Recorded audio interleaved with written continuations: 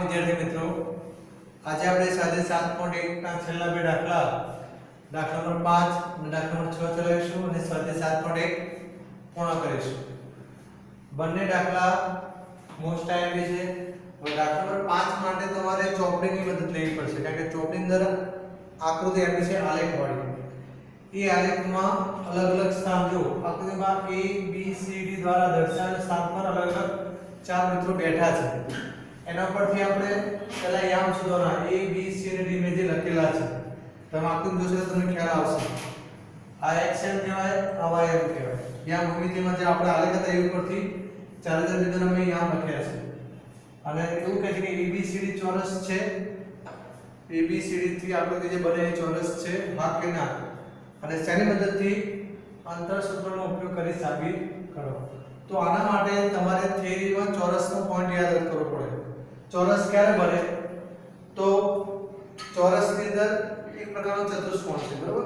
તો ચોરસમાં ચાર બાજુ હોય, AB BC CD અને DA. પહેલા તો ચારે ચાર બાજુ શોધવાની અને પછી વિકર્ણો કયા આવે? AC અને BD આવે. જો એક આકૃતિ દોરું તમને ખ્યાલ આવશે. અને તે આકૃતિ દોરીએ આપણે. સમજી લો ચોરસ છે, A B C અને D. તો AB શોધવાનું, BC શોધવાનું, CD શોધવાનું અને AD શોધવાનું. પછી એક વિકર્ણ AC શોધવાનું અને બીજો વિકર્ણ BD શોધવાનું. એટલે 6 બાજુ આપણે શોધવાની. મને શું 6 બાજુના માપ જો સરખા હોય, 6 બાજુના માપ સરખા આવે કે જવાબ બધાનો એક સરખો જ આવે તો આપેલ આકૃતિ ABCD શું કહેવાય? ચોરસ કહેવાય. એ આપણે સાબિત કરવાનું. અને શેની મદદથી? અંતરસૂત્ર મદદથી. આપણી પાસે ચાર ચાર બિંદુના યામ છે એટલે ખૂબ જ સહેલી જ વસ્તુ છે. ખાલી એની ગણતરી મોટી લાગશે, બાકી દાખલો ખૂબ જ સહેલો છે. ચલો શરૂઆત કરીએ આપણે. દાખલા નંબર 5.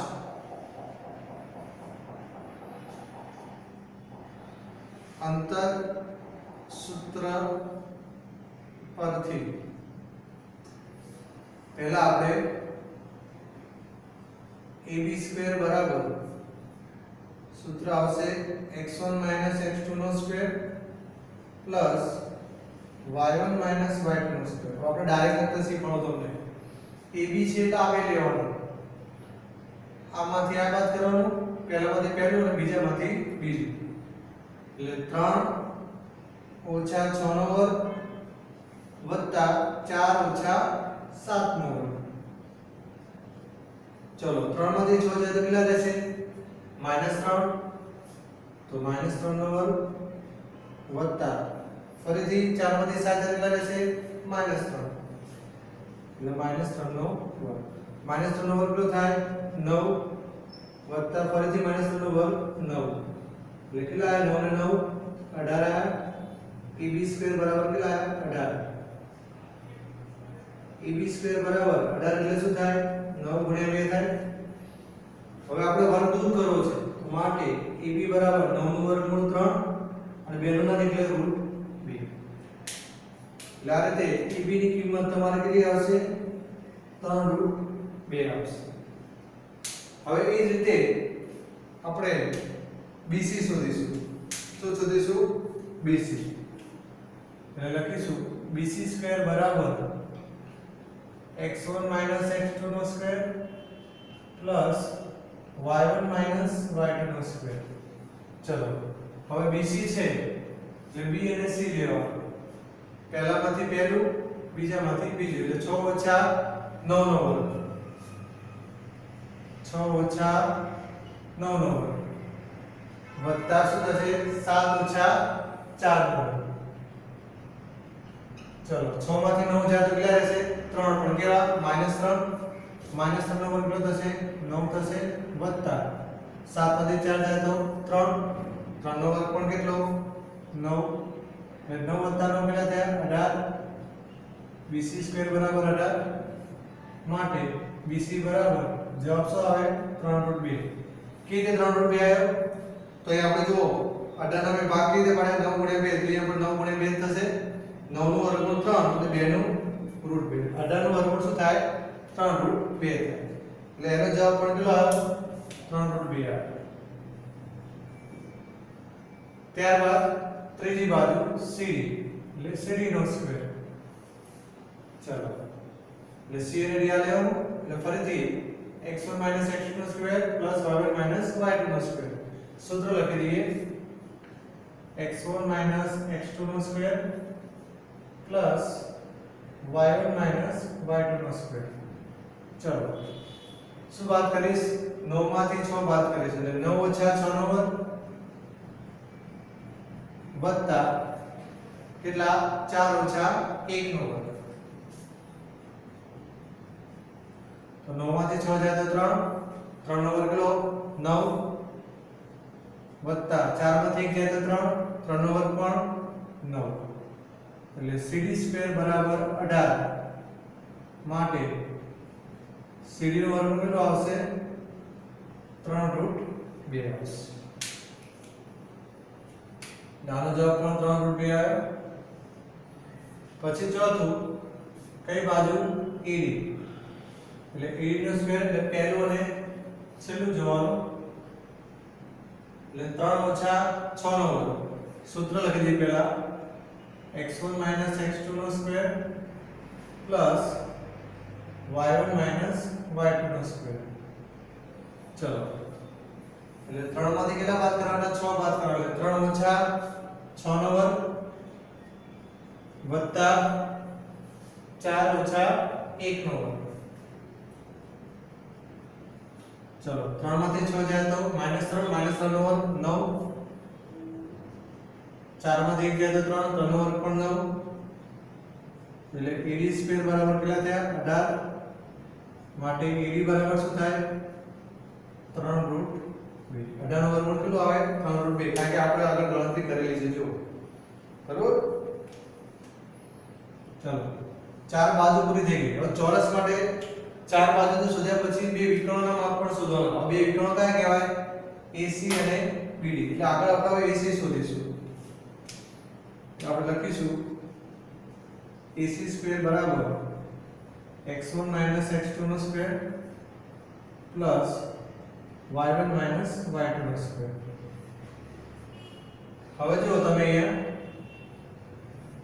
x1 ની કિંમત કેટલી આવે a અને c લેવાનું પહેલું ને ત્રીજું એટલે 3 - 9 એટલે 3 - 9 નો વર્ગ વત્તા 4 - 4 નો વર્ગ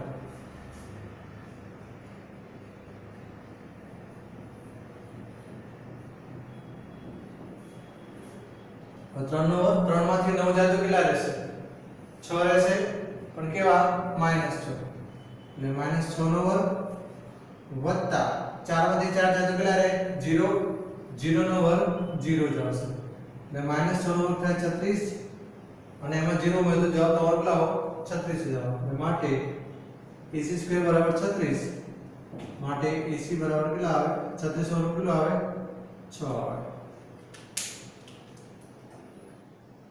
એટલે અહીંયા આપણે AC બરાબર કેટલું આવે 6 આવે હવે એ જ રીતે આપણે BD² શોધવાનું તો એમાં બીજો અને ચોથું લેવાનું તો 6 - 6 નો વર્ગ સૂત્ર લખીએ આપણે x1 x2 નો સ્ક્વેર પ્લસ y1 y2 નો સ્ક્વેર ચલો હવે આમાં x1 નો કોણ કહેવાય 6 કહેવાય અને આ પણ 6 એટલે 6 - 6 નો વર્ગ વત્તા y1 y2 નો સ્ક્વેર y1 આ કહેવાય અને y2 આ કહેવાય એટલે 7 - 1 નો વર્ગ હવે 6 - 6 એટલે શું થાય 0 થાય 0 નો વર્ગ 0 થવાનો વત્તા 7 માંથી 1 જાય તો 6 નો વર્ગ 36 એટલે BD² બરાબર 0 વત્તા 36 એટલે 36 થાય માટે BD એટલે 36 નું વર્ગમૂળ શું થાય 6 થશે એટલે વિદ્યાર્થી મિત્રો તમે જોઈ શકો છો ચાર બાજુ ચતુષ્કોણની ચાર બાજુ AB BC CD અને AD ચારે ચાર બાજુના માપ સરખાયા બીજું બંને વિકર્ણો AC અને BD એના માપ પણ સરખાયા એટલે જ્યારે ચાર બાજુના માપ સરખા હોય અને બંને વિકર્ણોના માપ સરખા હોય ત્યારે એ ચતુષ્કોણ શું બને ચોરસ બને એટલે ચોરસ છે તો હા તો આપણે એવું લખવાનું માટે અહીં લખીશું AB બરાબર BC બરાબર CD બરાબર DA તથા AC બરાબર BD હોવાથી આપેલ ચતુષ્કોણ ચોરસ છે. એટલે ચોરસ ક્યારે બને તો ચારે ચાર બાજુના માપ સરખા હોય અને બંને વિકર્ણના માપ સરખા હોય ત્યારે એ ચતુષ્કોણ કયો બની જાય? ચોરસ બની જાય. એટલે આ રીતે આપણે ચોરસ સાબિત કરવાનું. અને કઈ રીતે સાબિત કર્યું? આપણે અંતરસૂત્રની મદદથી. આ ચાર બાજુ સરખી છે અને બંને વિકર્ણો સરખા છે. તો આ રીતે આપણે ચોરસ સાબિત કર્યો. બરોબર? હવે દાખલા નંબર 6 ની અંદર નીચે દર્શાવેલ બિંદુઓથી જો ચતુષ્કોણ રચાતો હોય તો તેનો પ્રકાર જણાવો અને તમારા જવાબ માટે કારણ આપો. આપણે આ રીતે જ કરવાનું છે. ચાર બાજુઓ અને બે વિકર્ણ શોધવાના અને પછી તમારે સાબિત કરવાનું કે ચોરસ છે, લંબચોરસ છે કે સમબાજુ છે કે સમાંતર બાજુ છે એ સાબિત કરવાનું. તો એના માટે તમને શું આવડવું જોઈએ? આગળની થિયરીના ગુણધર્મો. ચતુષ્કોણના જે ચાર પ્રકાર છે ને, સમબાજુ ચતુષ્કોણ, સમાંતર બાજુ ચતુષ્કોણ, ચોરસ, લંબચોરસ, આ ચારે ચાર ગુણધર્મો તમને જો આવડે તો તમે જવાબ ઉપરથી તમે કહી શકો કે આપેલ ચતુષ્કોણ ચોરસ છે અથવા લંબચોરસ છે અથવા સમબાજુ ચતુષ્કોણ છે અથવા સમાંતર ચતુષ્કોણ છે. તો દાખલા 6 માં આપણે આ રીતે ગણતરી કરવાની છે. હું તમને પહેલો દાખલો ગણાવીશ, બીજો દાખલો તમારે જાતે ગણવાનો છે. બરાબર છે? ગણતરી આપણે આ રીતે જ કરવાની છે. દાખલા નંબર 6 એમાં નંબર 1 એમાં તમને યામ આપ્યા છે તો આપણે a બરાબર a શું લઈશું? -1 -2, b 1 0, c -1 2 અને d -3 0.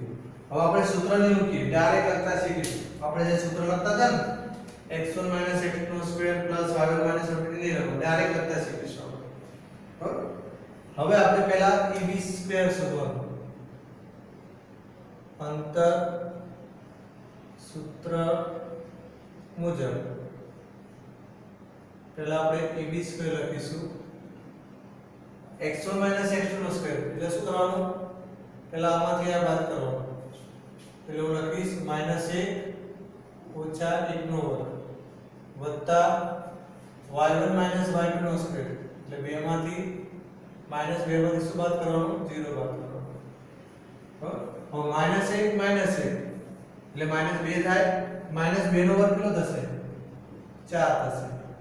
વત્તા -2 માંથી 0 જાય તો કેટલા રહે? -2 જ રહે. અને -2 નો વર્ગ શું થાય? 4. એટલે 4 + 4 થયા. એટલે ab² બરાબર 8. માટે ab² બરાબર 8 ના ભાગ પડે એટલે 4 અને 2 થાય.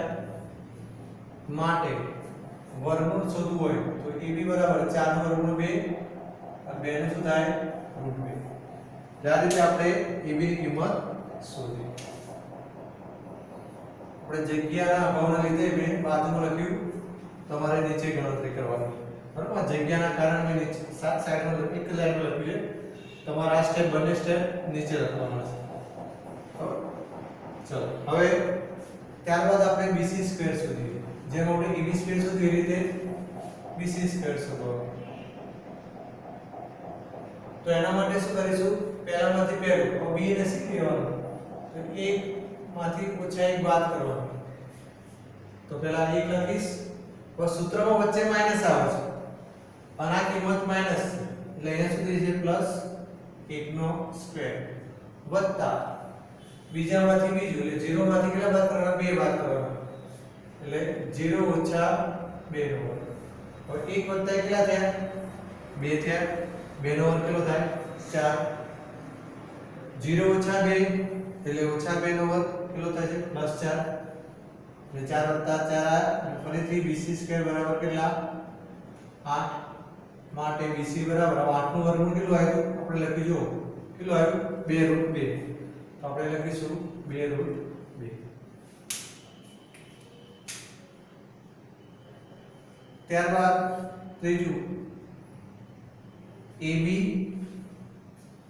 BC હવે CD લખવાનું ચાર બાજુમાં ત્રીજી બાજુ કઈ આવે CD એટલે CD² બરાબર હવે C માંથી C અને D ના એમ જોવાના એટલે પહેલામાંથી પહેલું અને બીજામાંથી બીજું એટલે પહેલો x1 શું કહેવાય -1 કહેવાય વચ્ચે સૂત્રમાં માઈનસ આવે છે અને આ એમ પાછું માઈનસ એટલે પ્લસ થઈ જાય પ્લસ 3 નો વર્ગ પ્લસ બીજામાંથી બીજું 2 ઓછા 0 નો વર્ગ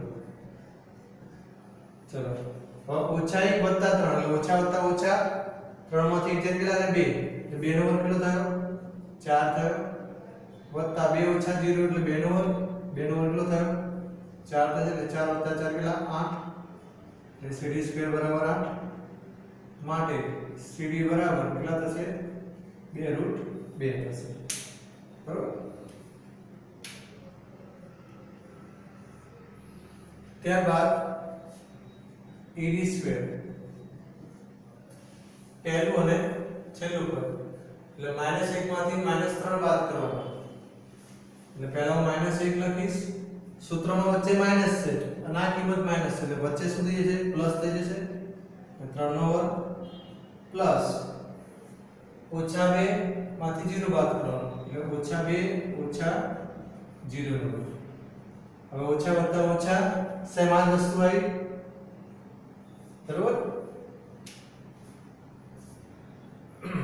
ઓછા 1 વત્તા 3 નો વર્ગ એટલે પ્લસ 2 નો વર્ગ થાય 2 નો વર્ગ શું થાય 4 ઓછા 2 માંથી 0 બાદ કરો એટલે કેટલા રહે ઓછા 2 રહે ઓછા 2 નો વર્ગ શું થાય 4 થઈ જશે એટલે માટે AD² બરાબર 8 માટે AD બરાબર શું થશે 2√2 2√2 શું કહેવાય 8 નું વર્ગમૂળ કહેવાય ચલો ચારે બાજુ સરખી આવી ગઈ હવે બાકી શું રહ્યું બે વિકર્ણો શોધવાના બે વિકર્ણો એટલે કયા AC અને BD બરોબર એટલે આપણે હવે આગળ AC² શોધીશું AC² એટલે A માંથી C ના યામ બાદ કરવાનો એટલે -1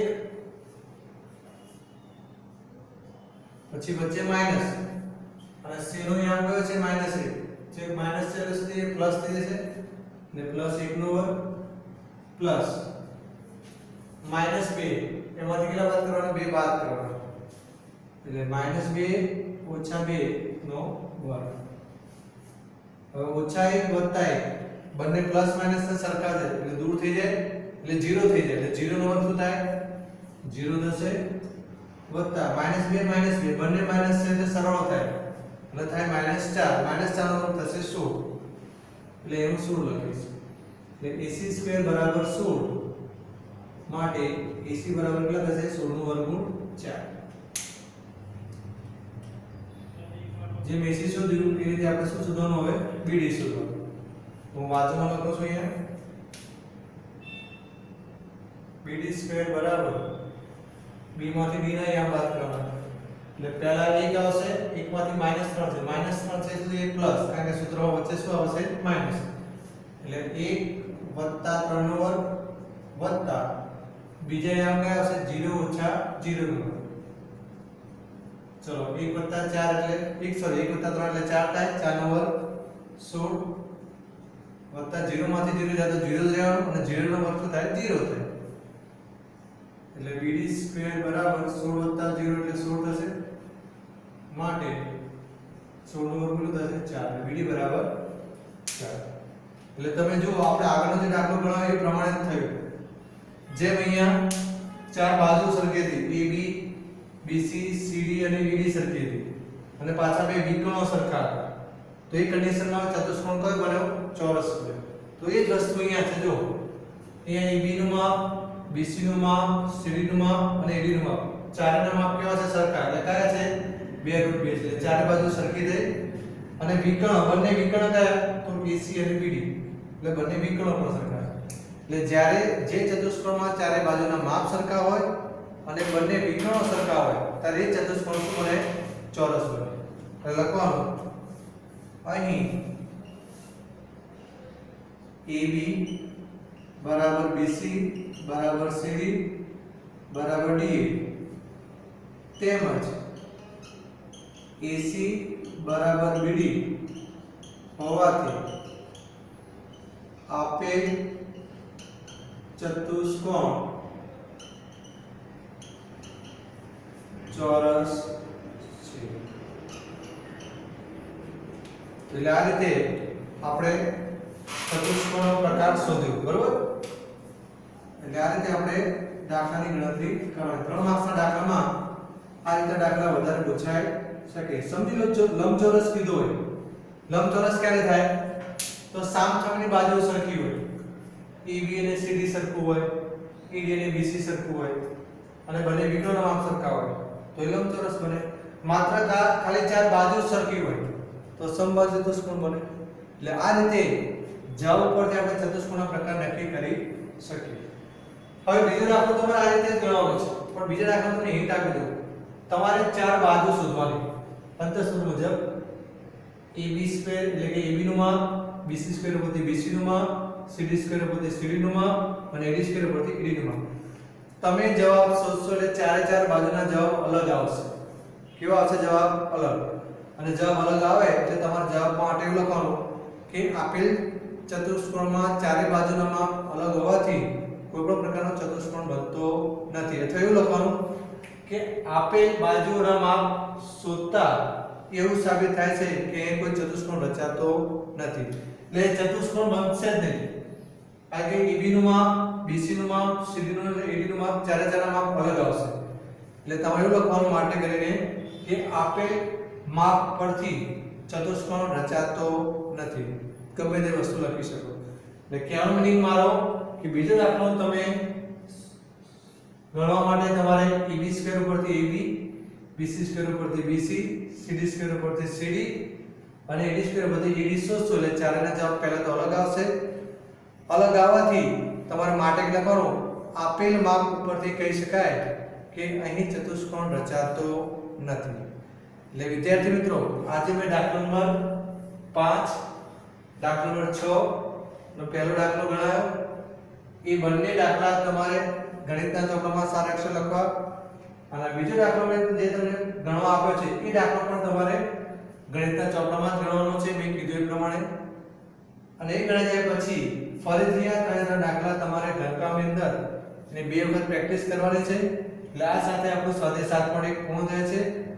હવે નેક્સ્ટ વિડિયોની અંદર આપણે સ્વાધ્યાય 7.2 જે ગુણોત્તરનું વિભાજન છે એની થિયરી સમજીશું. પ્રણામ.